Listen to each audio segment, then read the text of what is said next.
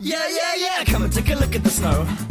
Bright white as far as your eyesight goes. Come and take a look at the fields of snow. I'll just get my coat, then we're good to go. Come and take a look at the lake. Let's have a quick skate before it gets late. Come and take a look at the frozen lake. Put your clothes on, mate, don't make that mistake. Greetings, holiday shoppers. There are now 190 shopping days left until Christmas, and you know what that means. That means it's time for another episode of Christmas Creeps, your one-stop shop for holiday movies and TV shows all year round. My name is Joseph Wade. I will be your host for this evening. Here with me tonight are my co-hosts, Johnny Five, the human robot. Hey, Joe, how's it going? Hey, Jonathan, how are you tonight? I'm here. And Mr. Bradford is here as well. Brad, what's going on? Bonsoir, messieurs.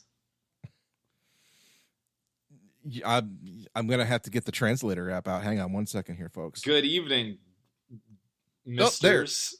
There he is. Hi, Brad. Evening, misters. Oh, no, I have two robots on my hands now. Oh, no. Well, that was the translator. Dear. Oh, dear friends.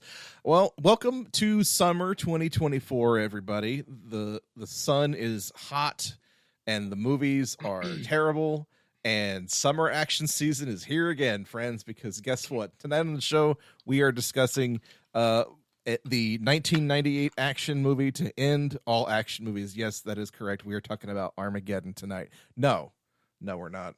We're talking about Ronin, which is definitely a Christmas movie, according to the metrics that we have created here on this podcast, because this is a hell of our own creation. Yeah, we watch it on this podcast, therefore it's a Christmas movie. It's a Christmas movie until we say it isn't. And friends, this is a Christmas movie.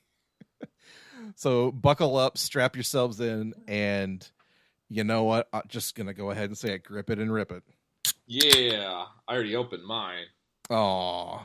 What? Can check. Oh, boy. Well, because we're discussing Ronin, I figured it was only appropriate that I get myself a Kirin Ichiban tonight. Hey, that's very on brand. I didn't even go that far. J-Man, what about you? You got anything for us tonight? I've been spending all day going to a cafe, drinking an espresso, and then throwing a coin on the table and then leaving. I've done that 30 times today. Not a single person has taken up the challenge, I assume?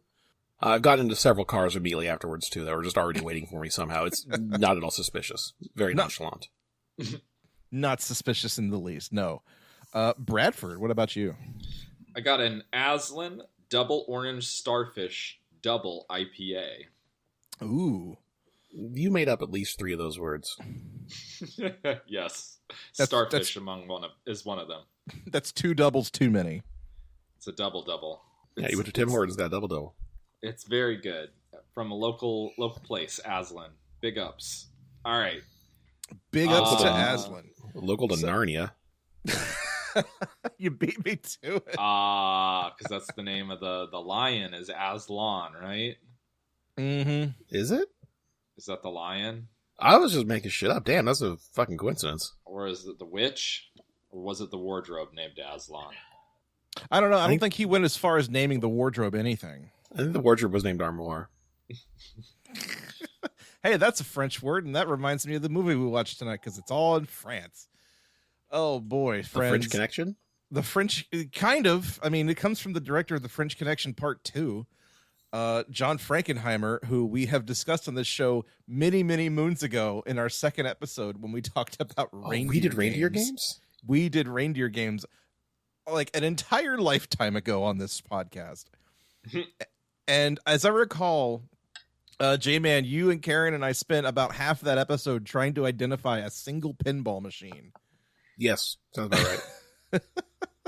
No such luck in this podcast tonight, friends, because there's no video games, no fun, no entertain. Well, no, it's plenty entertaining, but there's no room for us to digress in any way, shape, or form tonight, because Ronin is straight and to the point. Isn't that right, friends? It's an action movie. It has no time for trifling things like dialogue or exposition. It gets straight to the explosions and gunfights and car chases. proper action and shit, as it were. Proper action and shit. Yeah, when they do bother to have dialogue, it's like a little more existential than you want it to be. Right, because this movie was written by David Mamet. So you get a lot of talk about like the history of like the Ronin class in Japan, because that's the kind of movie this is. It doesn't have anything to do with anything besides the fact that somebody wanted to talk about Ronin for a minute. We were still in the 90s with when you had it still persists to this day, but like the intellectual and Orientalist gaze kind of going on in the upper classes. Yeah. And it was too. This was an era, I think, when like popular American culture wasn't really, I don't want to say not familiar with Japanese culture and history, but it was very much not on the radar of people, the kind of people who watched these movies. Very much less literacy in that regard back then, I would say. Which is why this movie opens with like 15 title cards explaining the concept of Ronin. Back when sake was pronounced sake. For the sake of sake, friends. But no, this movie starts with like an in-depth explanation on screen of like where the masterless warriors known as Ronin came from. And then it cuts straight into our team assembling for a heist. And immediately I'm like, okay, so they're trying to draw a parallel between these two that doesn't exactly exist, but it kind of does. And I'm going to stop here for a second and ask, is this the kind of movie that we want to try and explain in 60 seconds, friends? It's pretty straightforward if you boil it down to its barest components, I would say. It really is pretty basic, isn't it? I mean, I don't think we need to belabor that point. Yeah. It's a heist movie with Metal Gear Solid 5, The Phantom Pain's, like, overarching themes. Now, can you explain that for somebody who has never played a Metal Gear Solid before? No. Okay, you're then you're losing the chance for video game chat here. Come on. I know. I'm trying to get him to explain Metal Gear Solid to me. Okay. Can you actually explain it? Because I have never played it. More than 30 minutes of a Metal Gear Solid either. Especially in any of the Metal Gear Solid games where Big Boss is the playable main character, a lot of the point is, what do you do when you've been basically born and bred to fight and you run out of fights? That would be 3 and 5, if I know anything about Metal Gear Solid. 3, 5, Peace Walker, yeah. Okay. So it does kind of relate back to like the general concept of like the Ronin, like in a very basic sense, in a very loose, intangible sense, I guess. Yeah, I mean, it's basically a timing thing. Like for this movie, it's just like, what do you do with all of these like Cold War freaks when you run out of Cold Wars? That's what it is. Like this is a very post Cold War end of history kind of action movie, isn't it? Yeah. We don't have any wars to fight anymore, so who do we fight? Let's just turn on each other. Yeah, and much like in Metal Gear Solid 5, it's just like, no, what's the quote? It's like, no greater good, no just cause. They just fight for money. Yeah, basically. And that's basically what happens in the movie. Like, congratulations, that's the plot of Ronin. Yeah. Good night, everybody. You did it. Oh, boy. But no, this is your classic team assembles for a heist, and the heist goes sideways, and then the heist goes sideways again. It goes sideways again, turning back on itself, and then they finish the heist, and that's the end of the movie. Yeah. There's a little bit of jingoism thrown there for good measure, too. Right. And I don't want to jump to the very end, but I feel like it's an important like part of the movie to talk about the end of Ronin. So if you want to watch Ronin, I do recommend it because I enjoyed the heck out of it. But I want to talk about the ending here for a second. Is that okay with everybody? Yeah. I very much appreciate the fact that after all the action is said and done and the villain is killed, the movie immediately cuts to a news report explaining that everything you just saw, it directly contributed to the end of the troubles in in Ireland in the UK. You did it. Hooray. Congratulations. You killed Jonathan Pryce and now everything is good. And also it's all thanks to the CIA, not former CIA, current CIA. current CIA. They were behind it all along.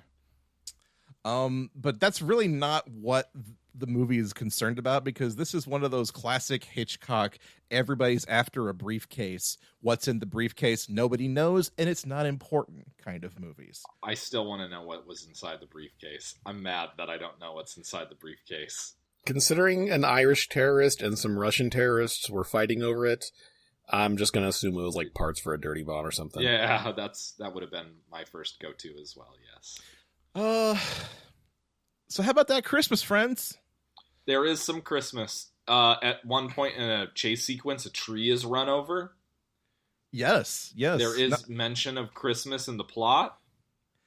There is exactly one scene in which a children's choir sings a Christmas song and Santa Claus shows up. And friends, if that doesn't make this a Christmas movie, I truly don't know what will.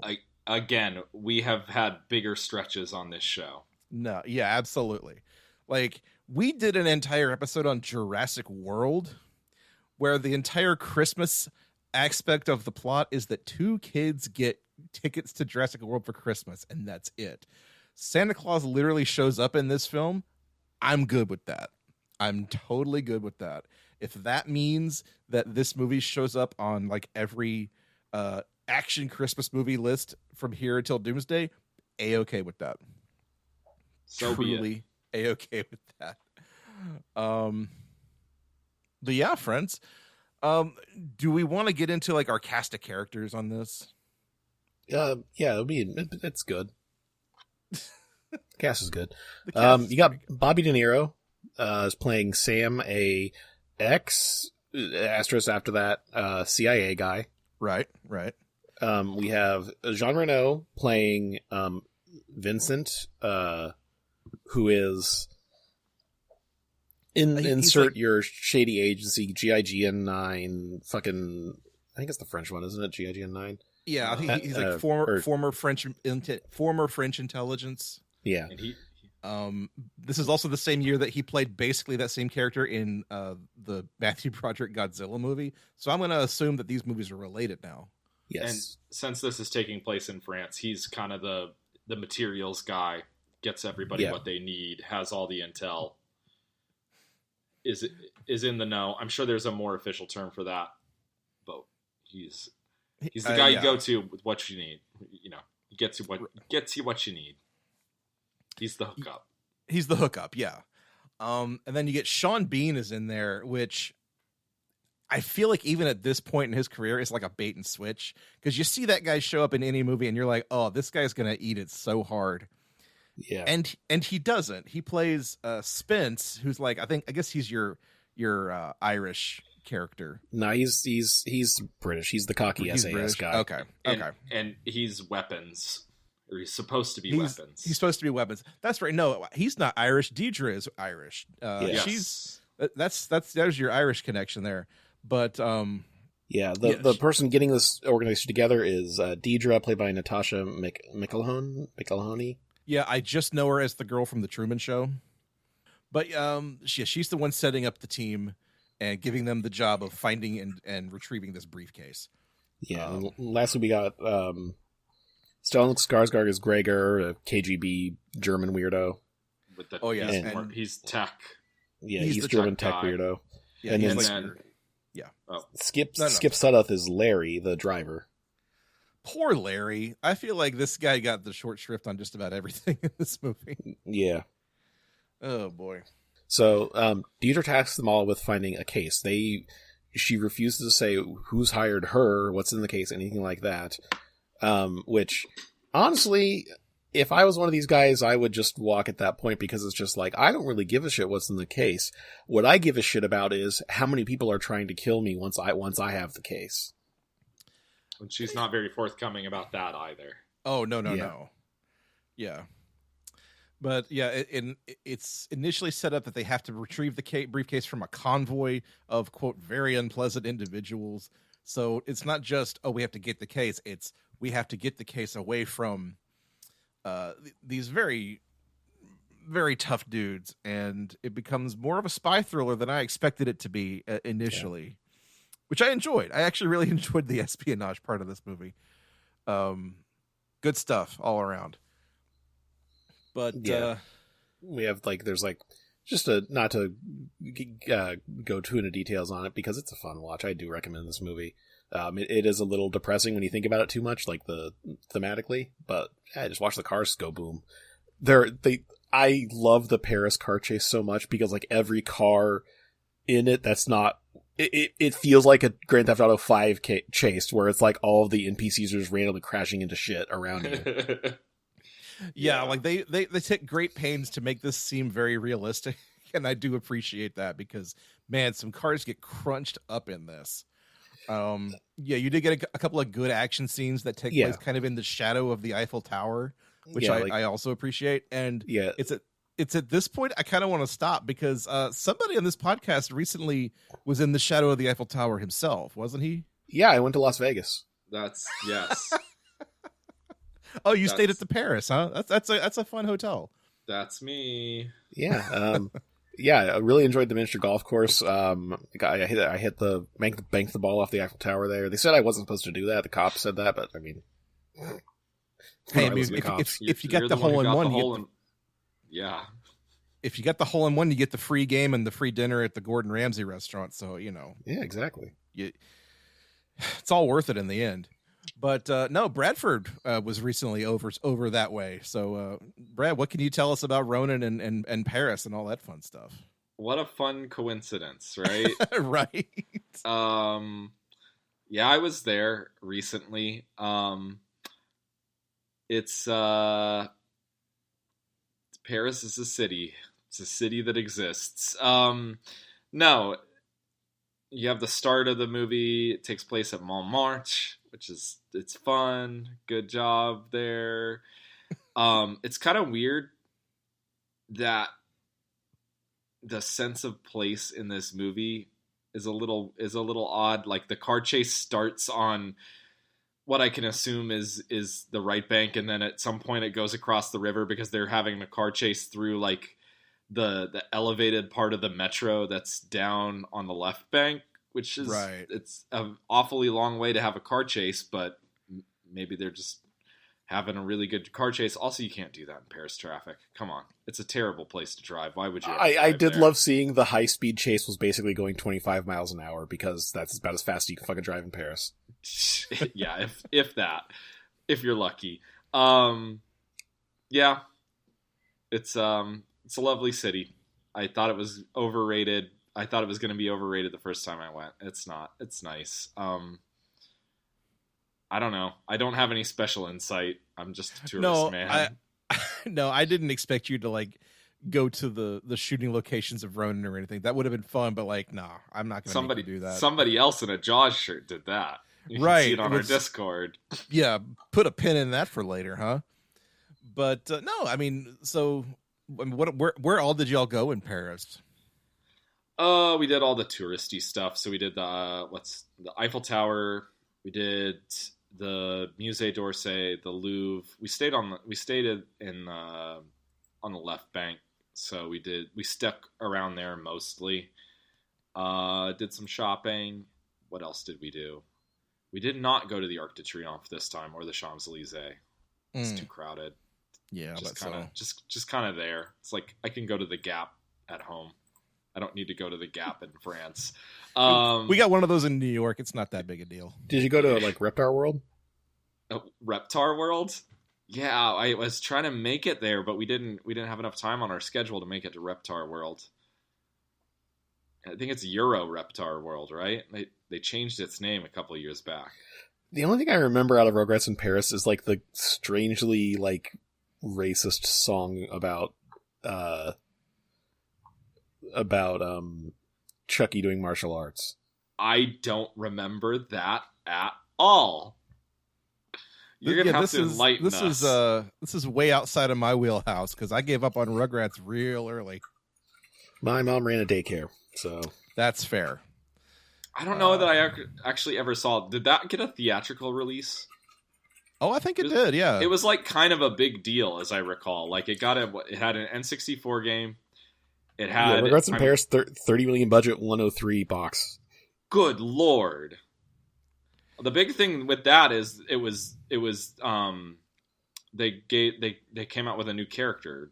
It was where Dill debuted, right? Or was it? No, that was the Rugrats movie. Rugrats in Paris was the Chucky's adoptive sister, right? Stepsister, but yeah, because it's what's her right. name marries his mom or marries his dad. Okay, but yeah, I didn't see that one. I saw the first one. I saw the original movie. I didn't see In Paris. What I am talking about is a song by Isaac Hayes and Alex Brown called Chucky Chan, Martial Arts Expert of Reptar Land. Oh, goodness gracious. Oh boy, I'm gonna have to put that in the show notes now. Chucky Chan, Martial Arts Expert of Reptar Land. And this is a movie that takes place in Paris. Yes. Awesome. See, this is way better. This is way better conversational information than my stupid visit to. I guess on a similar token, the best meal I had when I was there was sushi. I mean, really that's good fair. Sushi. Really good sushi. Hey, speaking of Paris and fish, I did just see a movie called Under Paris, which is maybe the best shark attack movie that takes place in Paris ever made. Does it happen in the sewers? No, it happens in the Seine River. Oh, like, did you hear about? Yeah. You hear about the big? Speaking of the Seine, did you hear about the big protest that is maybe gonna happen? It's kind of like a Storm Area 51 situation, but I think some people are taking it seriously. No, what's going on? So they cleaned up the Seine for the Olympics, right? Right. And the president Macron and the mayor, I forget her name, said since it's so clean, they're going to swim in it as a PR stunt. Yep. And so there's a trending hashtag on Twitter with all the Parisians saying they're going to go down to the Seine and shit in it the morning before they go to swim in it. Oh my God, really? Yes. And the hashtag is literally like, I will shit in the Seine, June 23rd. Gotta love it. Oh, you gotta love it. No, that's actually kind of a plot point in this shark movie. Like the shark Shitting in the river? Not shitting in the river, but like swimming in it. The shark, is mutated to it swims in the river now. Like, okay, great, it can swim in fresh water. In fresh water. But they're having like the qualifying race for the triathlon for the Paris Olympics, and all the swimmers are in the Seine River. And guess what? Like, the shark has babies, and those babies got to eat. Topical. It's been outlawed since like the 1920s. What? Swimming in the Seine because it's so horribly polluted. Mm-hmm. I mean, I'm sure you'd live, but you don't want to get like weird bacterial infections or whatever. Well, spoiler alert for Under Paris. The pollution in the river manifests in the form of unexploded ordnance from World War II. Sweet. I'm sure that's how that worked. Right. Well, I mean, you set that up in Act 1, and oh boy, you better believe that pays off in Act 3. Chekhov's unexploded ordnance. Yes, indeed. I would just not go near the river if there was a shark in it. Yes. Right? I would simply stay on land. I am very intelligent. Yeah, the only shark you gotta worry about then is Jabberjaw, and I could kick Jabberjaw's ass.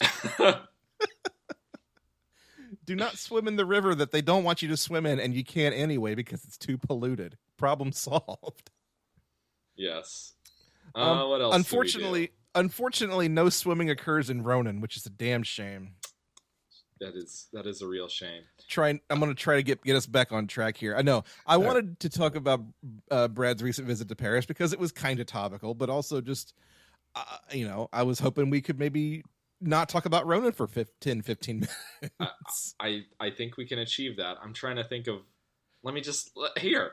Why don't I hop on screen share and I'll show you guys my vacation photos. Oh, great! We'll bore everybody that way. No. So this is a visual medium. So yeah, some of the things they do is they start out they have to do a deal to go get guns. That goes sideways. Largely in part to Sean Bean fucking everything up, which is like the first sign where I was like, "Oh, Sean Bean's definitely a mole, isn't he?" There's clues peppered in. Not saying he is or isn't, but you kind of wonder. I thought it wasn't that he was a mole, just that he was an idiot who actually didn't know what he was talking about and faked his way into getting hired. See, I just assumed he was a mole and he was trying his hardest to fuck the whole thing up. Oh. He was just a wannabe. Like, he's a tryhard. Well, that's fair too. Because that was the whole thing with what colors the boathouse at Hereford, and the whole That's thing with true. the coffee cups as well. Did you notice the coffee cup thing? No, I don't think I did.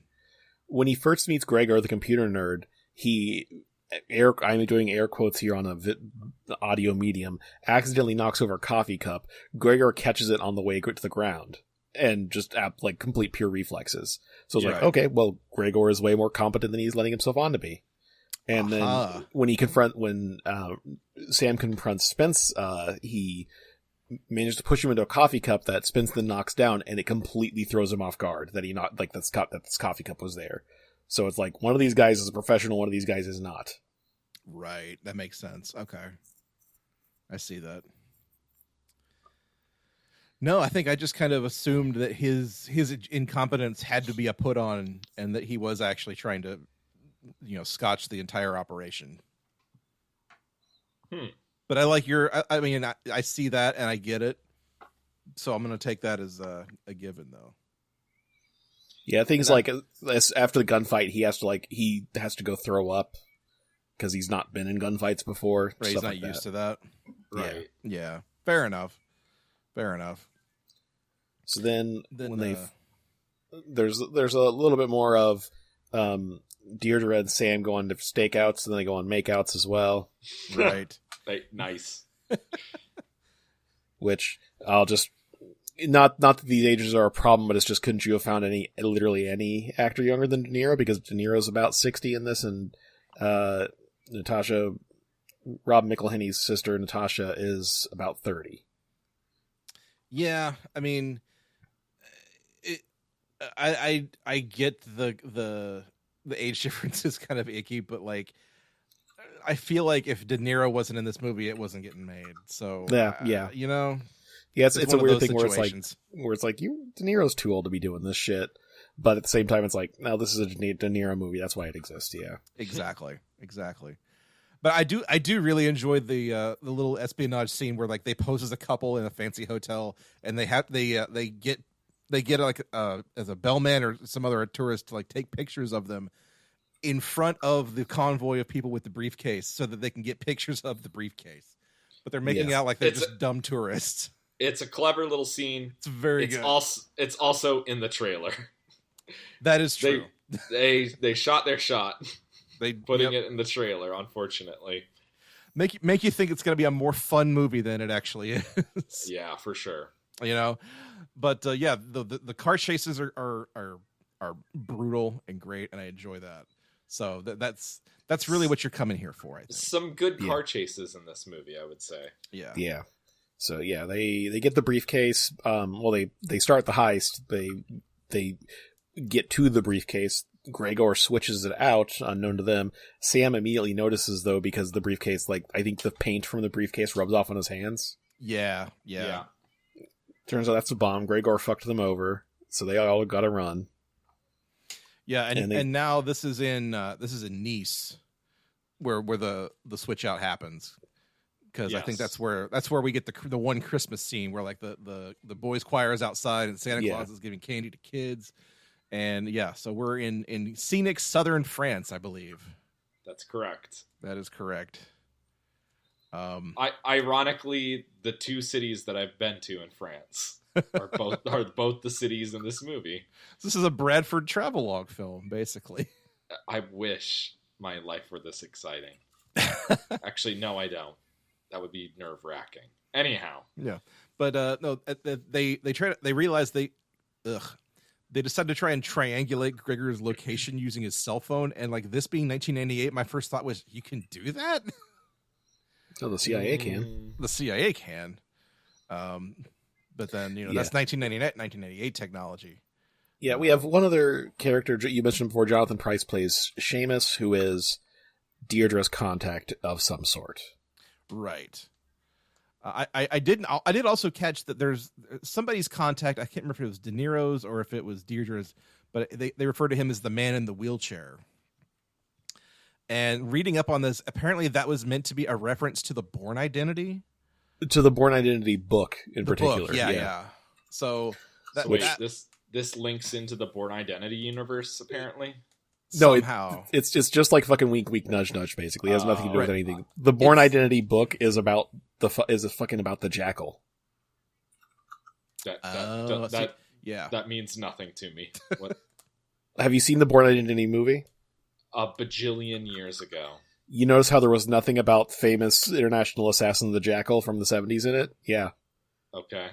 The thing the book and the movies have in common is basically that Jason Bourne. Oh, okay. Got it. Fair enough. I mean, maybe I should have just left that on the. We're going to leave that on the cutting room floor because that means absolutely. No, nothing. it's fine. No, it's fine. It is a weird wink and nudge because the only reason you would know this is because if you ever, it's basically like, oh, I read The Bourne Identity by Robert Ludlum last week. I remember that. Right. Like I think this movie is assuming a level of literacy in spy fiction that most people don't have. Yeah, it's assuming you're here for spy fiction. Yeah. Assuming you're the biggest spy nerd that ever spied. Essentially, yeah. Speaking of which, someone in a Discord I'm in asked the other day, like, now that Daniel Craig's out, can we get fun James Bond again? Good. Yes, please. And I have an Please, even better thank you. suggestion. Why don't we just do more Austin Powers? Yeah, baby. Like, fuck it, don't even get Mike Myers. Mike Myers sucks. Do a James Bond thing with it. Find some, like, fucking other Canadian actor who's about, like, 10 years past prime to be like, you're Austin Powers now. You know, I have two conflicting thoughts about that. Ryan Reynolds? No. The first is the only thing worse than Mike Myers doing Austin Powers is literally anybody else doing Austin Powers. But then the second thought is, you know whose time has finally come? Dana Carvey. Get Dana Carvey in there. Let him be Austin Powers for a minute. I'm gonna counter that, Joe. Okay. In that anybody doing a bad Austin Powers is actually 10 times funnier than Austin Powers themselves. Yeah, like if you said so bad. I thought your counterpoint was going to be counterpoint. That sounds fun. Yeah, counterpoint basically is anybody doing a bad Austin Powers is already funnier than Austin Powers, straight up. Make an Austin Powers movie where every scene a different actor is playing Austin Oh, Powers. yes, absolutely. I love it. I love that idea. Wait, so it's like the fan created like our Shrek, where everybody animated a different scene of Shrek, but it's everybody doing starring in a different. Everybody playing Austin Powers in a different scene. Exactly. Oh my god. The important thing is all of the other actors are the same actors. Only Austin Powers changes. Same set, same everything, same other actors, only Austin Power changes. I love it. But the thing is, in any given scene, when Austin Powers has to interact with Dr. Evil, it has to be the same actor. Different scenes, it can be a different actor, but that one actor has to play both characters. Oh, I get what you're going with here. Yeah. I almost feel like Dr. Evil should still be the same person throughout. Hell, make it Mike Myers reprising his role. Mike Myers should just be Dr. Evil regardless. Yes, but then still stick with the rotating Austin Powers shtick. I love it. You guys have kind of got me around on this. I love this idea, baby. I think the generation has passed though, but one of those British actors who's totally just fucking slumming it, like Alec Guinness, Christopher Lee type of just like, what the fuck am I doing here? One of them is Dr. Evil. Yeah, that could work. Who would that be now? I feel like nowadays that would probably be Ian McShane, Deadwood that's guy. Too funny. The least funny British actor. So I'm guessing like Hugh Grant. I'm gonna throw this out there. Yeah. Least funny, a very unfunny British actor, Mr. Ricky Gervais. No, when I say unfunny, I don't mean like doing comedy badly. I just mean like too straight and boring. Oh, okay. I see what you're going for. I don't mean a piece of shit. I just mean a boring actor. Gotcha. You know what? Fuck it. He's probably not doing anything else. Let's just get Daniel Radcliffe to play Dr. Evil. Take it. That'll work. That'll do. Oh man, I just want to watch this movie instead of talk about Ronin now. Our Austin Powers. Let's get this going. Let's crowdfund this. Oh man, Mansies. What? Could you get it? Could you get it in theaters under some sort of fair use stuff, kind of like People's Joker? I bet you could. I bet you could. So you would need to get like at least one like celebrity endorsement. Like I feel like if you got the Lonely Island involved in this, it would be huge. Yeah. Or I don't know why I'm going to throw this name out there and call me crazy, but this seems like a good Weird Al project. Yeah. What about Danny McBride as Dr. Evil? Don't threaten me with a good time, sir. So I'm just thinking now of what a completely unrelated thing. One time a friend suggested to me a re-recorded like dialogue track for Grand Theft Auto San Andreas where every single character in it was voiced by David Cross. I like it. I like it a lot. Oh my god. David Cross can do himself some good voices too, so it would be pretty funny. You know, David Cross should have been in Ronin. I'll go ahead and just say it. Yeah, there's no David Cross. There's just a double cross, that fucking Gregor. It would, yeah. Speaking of Gregor and speaking of Ronin and speaking of comedy, there is one visual gag, or at least I thought it was a visual gag, that kind of gave me a sensible chuckle. Okay. When they're chasing Gregor, they're back in Paris now, by the way. Yeah. They found Gregor, and now they're back in Paris. There's a car chase where they start going against traffic, and Gregor's in the passenger seat, and he buckles up.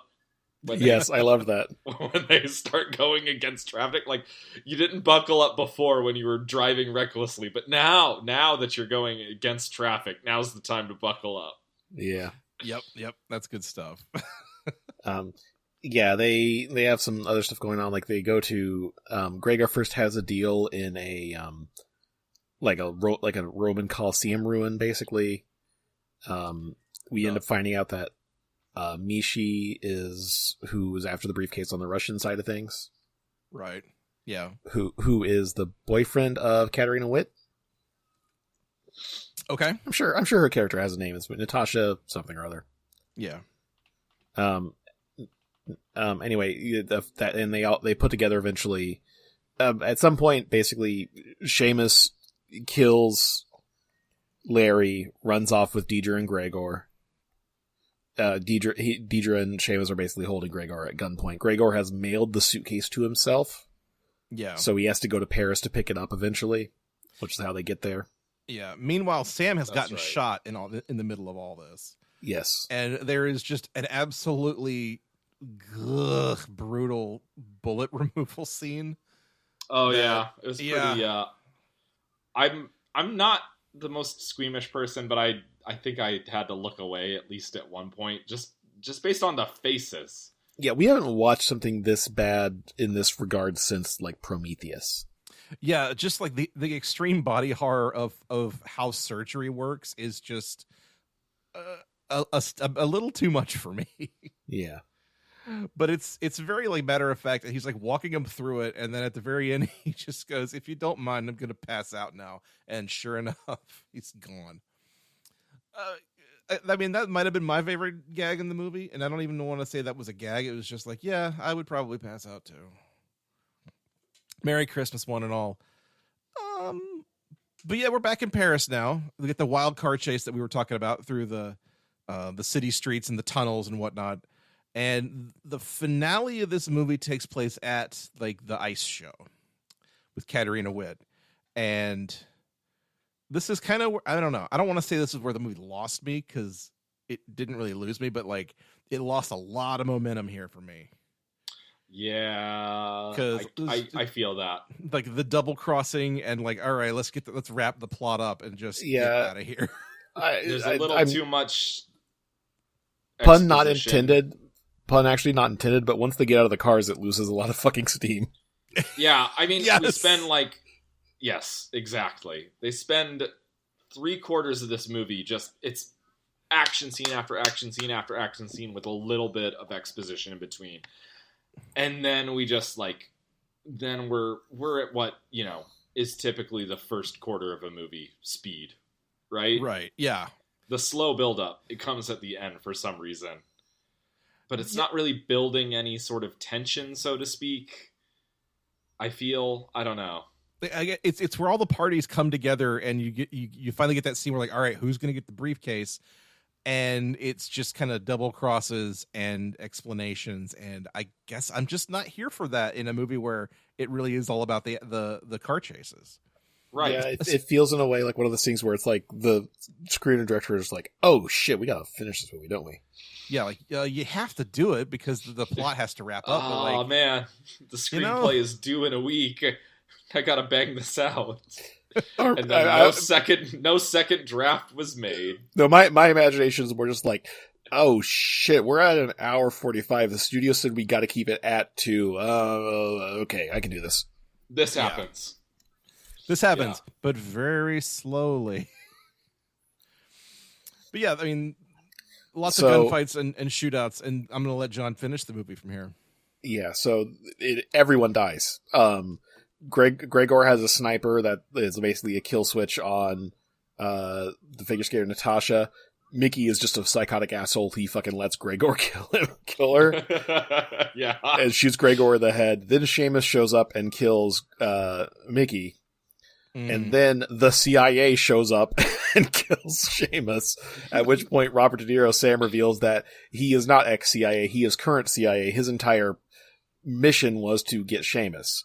Because it's revealed that Seamus is not IRA, Seamus is just a fucking rogue terrorist. Mm-hmm. But then, as mentioned at the very beginning of this podcast, the movie then explains, though it doesn't explain how or why, that killing Seamus resulted in the Good Friday Agreement. More or less. Yeah. Wowzers, y'all. like that was that actually, I'll take it back. That was the thing that got the biggest laugh out of me, and it was mostly a laugh of like desperation, because like at that moment I realized, oh, that's what the stakes of the movie were. Yeah. Yeah. Because it's like, okay, they're not fighting over the briefcase. The briefcase was basically something to get Seamus to pay attention, plot-wise, you know. Right. So it's like, that's why I'm thinking it must be like a fucking suitcase nuke or some shit. Because why would a rogue Irish terrorist and some like Russian mafia be fighting over it? Yeah. And Sam and Vincent go their separate ways, and that's the end of the movie. Yeah, there were a couple of alternate endings to this. One of them where Deidre does come back for Sam in the end. One of them where she almost does and then doesn't. And then they went with this one where it's like, nah, she just doesn't show up anymore. Yeah, I think that's the best one out of the three, honestly. Yeah, because the one where she almost does and then doesn't ends with her getting kidnapped by the IRA, shoved into the back of a van, and you never see her again. Yeah, I would say that almost. Wow. Okay. Yeah, little too much for the end of this movie. But that's Ronin, and I know we kind of glossed over a lot of things, and we spent a lot of digressions talking about absolutely nothing. But that's kind of part and parcel with watching Ronin. You mean we spent the digression talking about the best concept for an Austin Powers movie? Absolutely, possibly ever. Yes. Okay. Yes, we did. I'm glad we established that. My suggestion for the title is Austin Powers, International Actor of Mystery. That, you know what? I like that. I'm into it. And I mean, it's an absolute given that we absolutely need to switch genders, ethnicities, maybe even spoken languages throughout this film, right? Oh, definitely, yeah. Yes. Okay, I'm glad we're all on the same page about that. International means it carries a whole lot of meaning in that title. Yeah, if we got to do it to get even more Austin Powers in here, not just every scene, every shot. Every shot.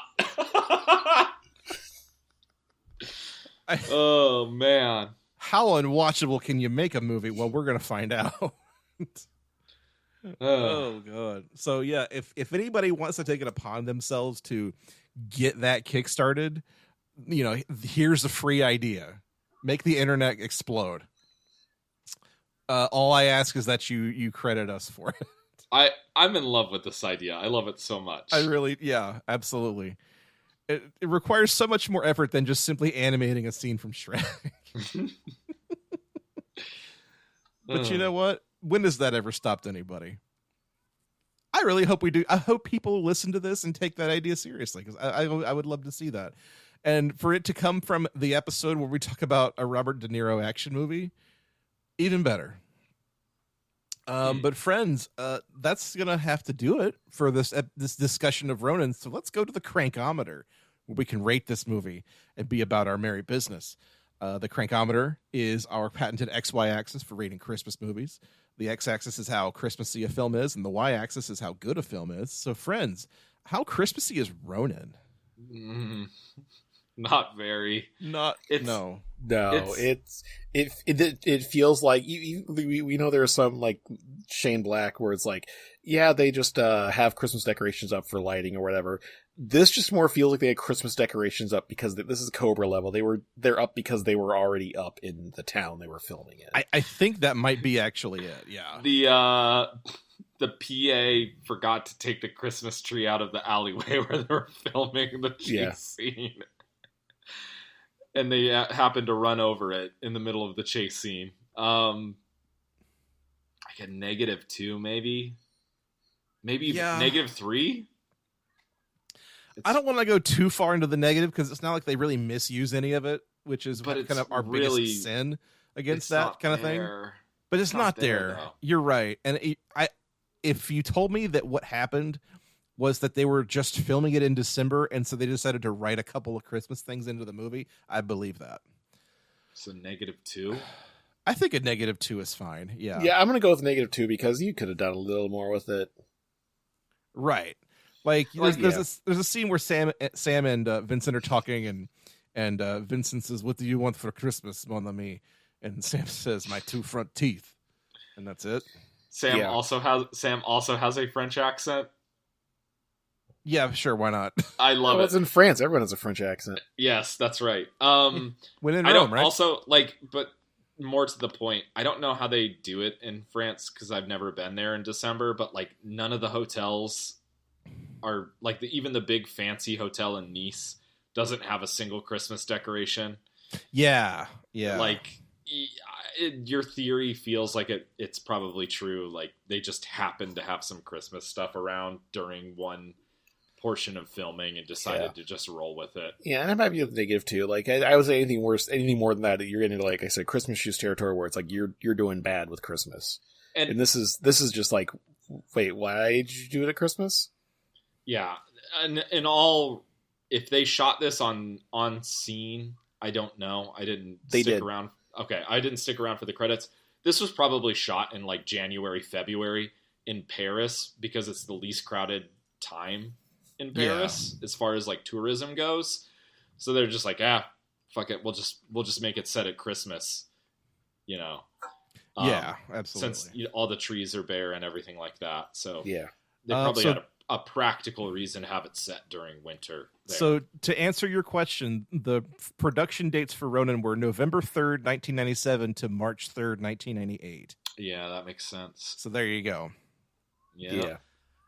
But yeah, like, and nowadays, the fact that we have, those 2 little scenes, like the boys choir and the Santa Claus, and the 1 or 2 lines about Christmas, like that's all people need. People like weirdos like us need to say, yeah, this is totally a Christmas movie. Like, this will always appear on people's lists of like the top 10 Christmas action movies of all time, and I'm fine with that. Yeah, whatever. Because I think Ronin's a good movie, and I think people should watch it. So any excuse to talk about it, basically. Which takes us to the Y-axis. Oh, totally. So the Y-axis, friends, how good do we think Ronin? Did you enjoy Ronin?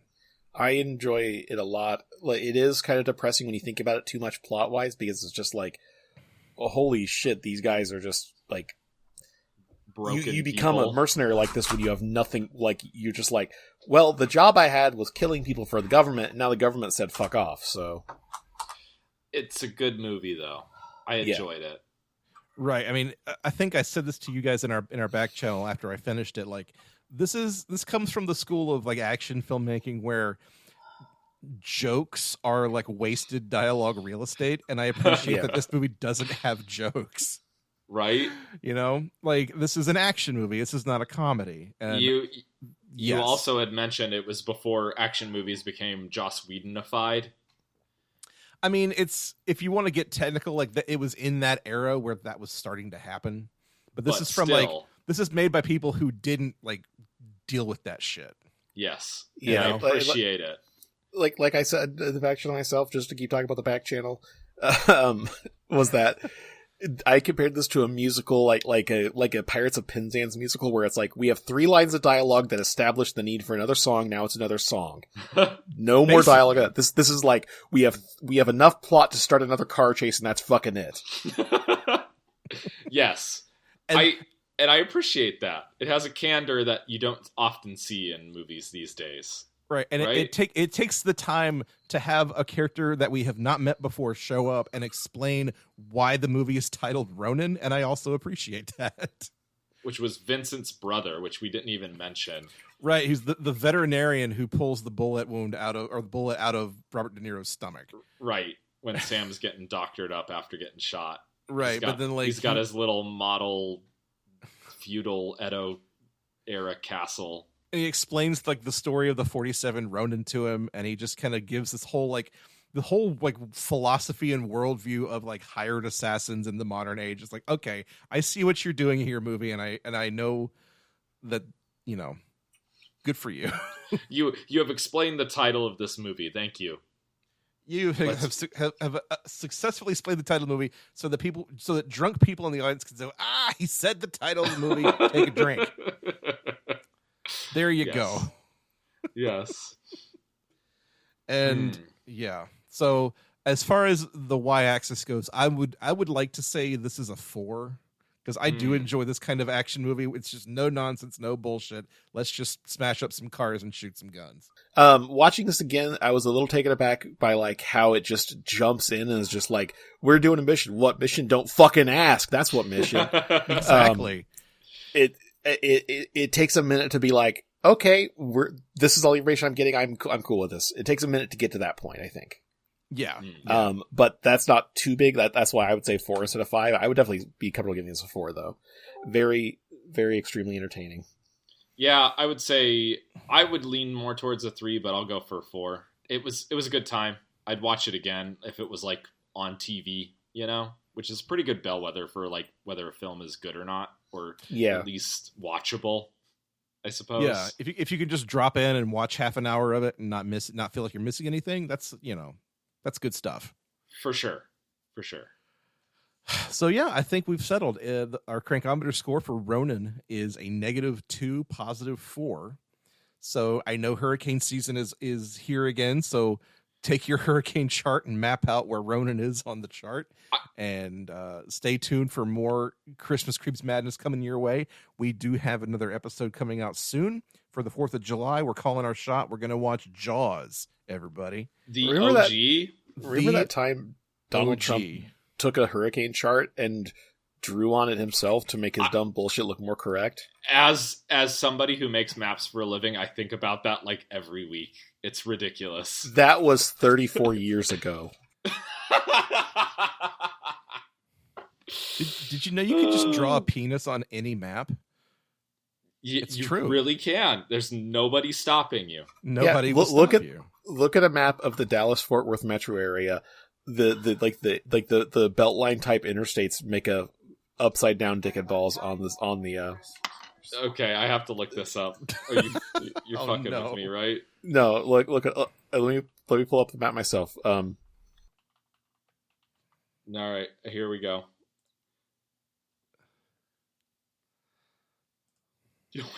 Oh, good lord! I see it. I really see it. Oh my gosh! I'm never gonna unsee that. Oh yeah, there it is. Fort Worth is the tit, and Dallas is the balls. Yes. Oh my gosh, that's amazing. Jay, send me, put that whatever you're looking at in the Discord so that I know to link to that. That's really something. Oh man, I was gonna say something else, but I already lost it. So, You're gonna say thank you for flying Christmas Creeps Airlines. Thank you for flying Christmas Creeps Air. Remember, Jonathan has reached 50 bajillion miles. Please, everybody on the plane, clap for him. Have you ever been on a plane when they do that? It's so dumb. God, no! Look at this rich piece of shit right here. Yeah, I never clap. It's the worst. It's like, oh, it's so bad. If you've never had the displeasure of being on a plane when they do those announcements, this guy's the cause of all society's ills. Woo! Yeah, it's like Mr. Flying in first class has blogged 500 bajillion hours. He's hyper diamond platinum.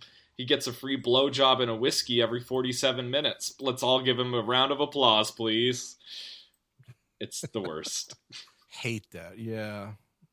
Anyways, enough about societal woes. Thank you for listening to Christmas Creeps. We know you have a lot of choices.